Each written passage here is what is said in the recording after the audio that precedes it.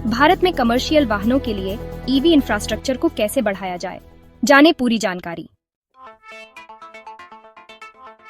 नमस्कार दोस्तों, स्वागत है आपका हमारे चैनल पर। आज हम बात करेंगे एक बहुत ही अहम टॉपिक पर।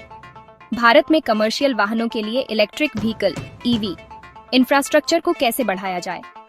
जैसा कि हम सभी जानते हैं, पर्यावरण के प्रति बढ़ती चिंताओं और सरकारी सहायता के कारण भारत में इलेक्ट्रिक मोबिलिटी का ट्रांजिशन तेजी से हो रहा है। विशेष रूप से कमर्शियल वाहनों में ईवी की बढ़ती मांग ने इस दिशा में कई कदम उठाने की आवश्यकता को और बढ़ा दिया है।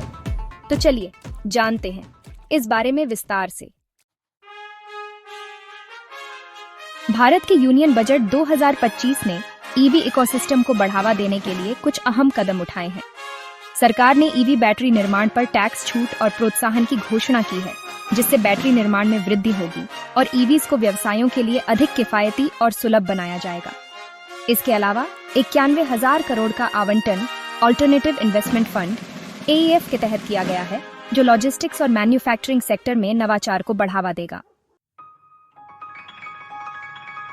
लेकिन अब सबसे जरूरी काम है देश भर में फास्ट चार्जिंग स्टेशन का निर्माण करना, खासकर बड़े हाईवे, लॉजिस्टिक हब और शहरी केंद्रों के पास। इससे ईवीज के लिए रेंज एंजाइटी कम होगी और ये लॉजिस्टिक ऑपरेटरों के लिए एक व्यावहारिक विकल्प बन सकेंगे। भारत में छोटे फ्लीट ऑपरेटरों के लिए एक बड़ी चुनौती इलेक्ट्रिक वाहनों की उच्च प्रारंभिक लागत है। लेकिन सरकार ने हाल ही में बजट में MSME वर्गीकरण का विस्तार किया है और छोटे व्यवसायों को कर्ज में राहत देने के लिए कुछ अहम कदम उठाए हैं। कस्टम क्रेडिट कार्ड्स और वित्तीय गारंटी के साथ छोटे फ्लीट मालिक अब आसानी से ईवीज में निवेश कर सकते हैं।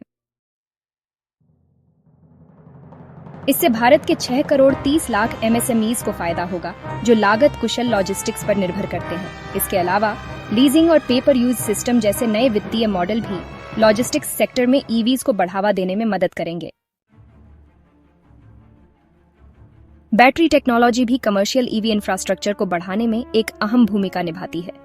सरकार के समर्थन से स्थानीय बैटरी निर्माण को बढ़ावा मिलने से न केवल बैटरी की लागत कम होगी, बल्कि ऊर्जा दक्षता में भी सुधार होगा। भारत की बैटरी की मांग 2030 तक 260 GWh तक पहुंचने का अनुमान है, जिससे हमें घरेलू उत्पादन में तेजी से सुधार करने की जरूरत है।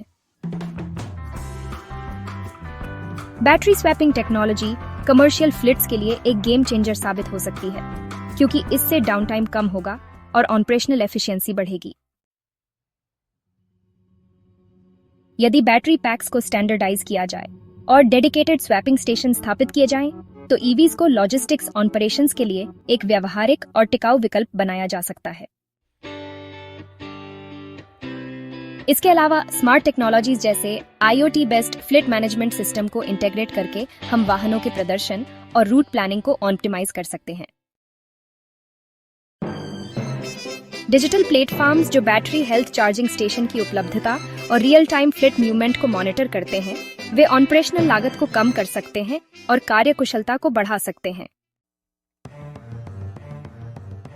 भारत का मार्ग इलेक्ट्रिक वाहनों के लिए इंफ्रास्ट्रक्चर को बढ़ाने में एक मल्टी फैसेटेड अप्रोच को अपनाना होगा, जिसमें नीति समर्थन, वित्तीय उपलब्धता, तकनीकी सुधार और रणनीतिक निवेश शामिल हैं।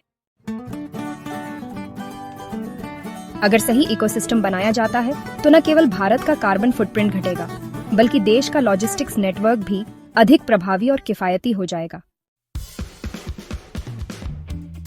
तो दोस्तों, जैसा कि आपने देखा, भारत में कमर्शियल वाहनों के लिए ईवी इंफ्रास्ट्रक्चर को बढ़ाने के लिए कई अहम कदम उठाए जा रहे हैं। सरकार के समर्थन और निजी क्षेत्र की इनोवेशन के साथ हम एक ऐसी दिशा में जा रहे हैं जहां इलेक्ट्रिक मोबिलिटी भारत के कमर्शियल ट्रांसपोर्ट सेक्टर की रीढ़ बन सकती है। अगर आपको यह वीडियो पसंद आया हो तो कृपया लाइक करें, शेयर करें और हमारे चैनल को सब्सक्राइब करें, ताकि हम और भी ऐसे वीडियो आपके लिए लाते रहें।